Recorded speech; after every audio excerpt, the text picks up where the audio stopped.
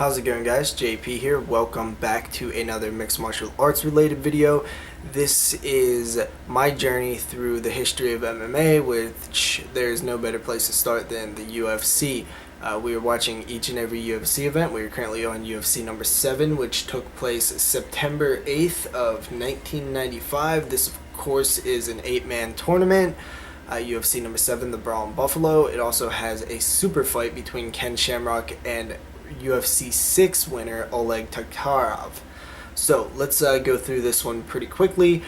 We have a couple of alternate bouts. First up is Joel Sutton versus Geza Kalman. Joe Sutton wins that TKO. Then we have Onesis Parangio versus Francisco Matui. Parangio wins that via submission strikes. Then we have Scott Bessick defeating David Hood, submission guillotine choke. So those bouts were actually unaired, so those were the alternate bouts, but awesomely enough, we did not have to use any alternates this event. Then we move on to the quarterfinals. We have Paul, the Polar Bear Varlins, making his return from UFC number 6, where he made it to the semifinals, I believe, and he's taking on Jerry Harris. So I think Jerry Harris, I think he was in another UFC, maybe like UFC 4. So I can't remember. I think he was in another UFC. I could be wrong though.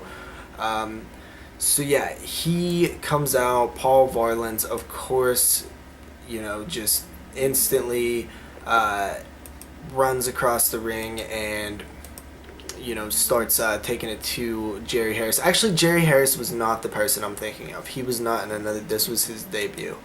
But Paul Varlins pretty much starts elbowing him in the head, gets the victory. Then we have the second quarterfinal bout, and that is Mark Hall versus Harold Howard. I pretty much thought Harold Howard was going to win this one. He's a notable name. He fought in UFC number 3, and he is taking on a UFC newcomer in Mark Hall, and Harold Howard, I believe, gets the takedown. It kind of gets reversed. Mark Hall ends up on top and delivers some strikes, and eventually Harold Howard gets bloodied up and taps out. Or I don't know if he taps out, but he might be a verbal submission. And then we have the third quarterfinal bout, and that is Remco Pardul versus Ryan Parker. Remco Pardul, of course, is the fighter. I believe he fought in UFC 2. He is a very strange, calm, and composed-looking fighter.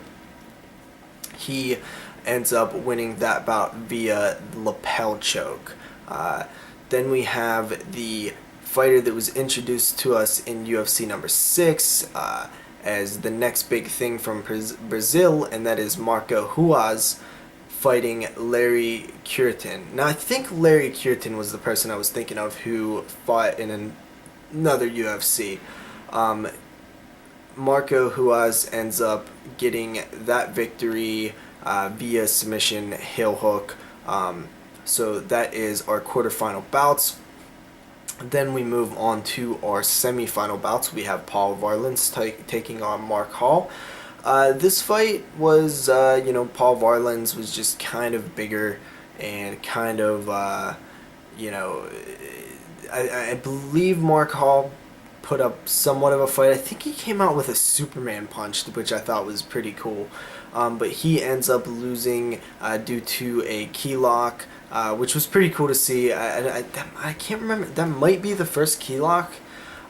Anyway, then it goes to Marco Ruas versus Remco Pardul, and this one was kind of funny. It lasted a while. It was a back and forth match for the most part. We had Remco kind of getting Ruas in sort of a guillotine front headlock that was never really sunk in. He holds him there for quite a while in a standing position against the cage.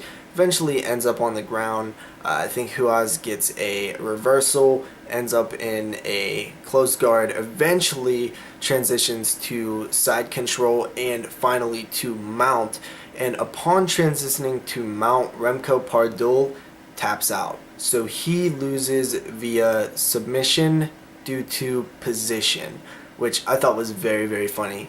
He pretty much realized, well, I got mounted, that's it. That's it, game over. Did not want to take any punishment. It's interesting, you know. So he, if anything, was aware of the damage that could be done from the mount and didn't think that he could get out of it. So he taps out. Then we move on to the super fight, right? Yeah, the super fight. This is Ken Shamrock, who is the super fight champion, taking on Oleg Tektarov, winner of UFC number 6. So, Tektarov, I like him. He's cool. Ken Shamrock, I realized in this fight that I'm not a Ken Shamrock fan. I used to think that I was. The Gracie fight, the second Gracie fight was just, I think it's the worst fight I've ever seen. And this fight, much, much, much, much, much better, but still long and somewhat boring. Most of the fight is Ken Shamrock and Oleg Tektarov's guard. It does get Shamrock lands some strikes and headbutts and punches and things and you know, damages Tektarov a bit. It eventually gets stood back up, maybe around the 27-minute mark. They fight standing up. That's probably the most excitement. And then there is a 3-minute overtime. 2 of those minutes, I believe, were fought in the clinch and standing. And then the final minute was fought on the ground. It ends up being a draw. Once again, the super fight, Ken Shamrock, I'm not a huge fan of. He did do pretty well in the Dan Severn fight of the previous UFC, which I don't know. Tektarov really kind of disappointed me in that one too, because it didn't really seem like he had much to offer up. I think he should have been a lot more aggressive and much less defensive. So yeah, that fight wasn't the greatest, but it was definitely better than the Shamrock Gracie 2 fight. So then we move on to the final fight, which is the Marco Huaz versus Paul Varlins, and I like both of these guys. You know, Marco Huaz actually seems like a complete fighter.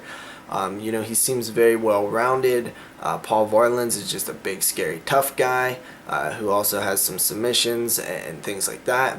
This fight mostly starts with some striking. Huaz lands some good leg kicks. He's being very evasive, faster. It ends up in a clinch scenario where Paul Varlins is kind of has his back turned to Huaz, so Huaz has his back, but he is Paul Varlins is a little tall, so it's just kind of a like grip around the waist. And he's just kneeing, and there's a big foot stomp battle that goes in between. This UFC should have been titled Foot Stomps or something, because foot stomps are very relevant in the entire event. It's very funny. So I almost feel like there should be some like memes about like foot stomps in UFC 7. But that's where the fight takes place for the most part. It eventually does get separated, and then we have Paul Varlins trying to get on the inside, Huaz backing up and delivering vicious leg kicks, and eventually gets the TKO due to like leg kicks, but he finishes off with strikes. But the leg kicks was the beginning of the end for Paul Varlins. So Marco Huaz is our UFC number 7 winner. And I gotta say, I really like UFC 7, even with the long bouts. I think there was 3 fights that went over 10 minutes. I still enjoyed it very much. I like the fighters in this one. Paul Varlins is cool. I like Marco Huaz. Remco Pardul I kind of like. Oleg Tektarov I did like. I still like him, but you know, this event definitely wasn't his best showing. So yeah, I believe that this was also the first appearance of Michael Buffer, if I'm not mistaken. He's, much better than some of the referees we've had in the past. Of course, John McCarthy is there. I miss the interviews of the fighters as they go into the cage and, post fight. But also, this event seemed. I think this one was the one that went like 30 minutes over their. It went over. Because they have their 30-minute time limit for the fights, and then they have I believe, a 5-minute overtime round, but they did a 3-minute overtime round because I think they were going over on their pay-per-view time, so I think the broadcast actually cut off back in the day, back in September 8th of 1995. And then also the Octagon girls, those 90s big-haired, crazy looking Octagon girls. That was definitely something. So that is it for UFC number 7. I very much enjoyed this event. I will continue to make these videos, and next up is UFC or the Ultimate 95, which I remember being a pretty okay event from what I remember. So yeah, I'll see you guys next time. Peace.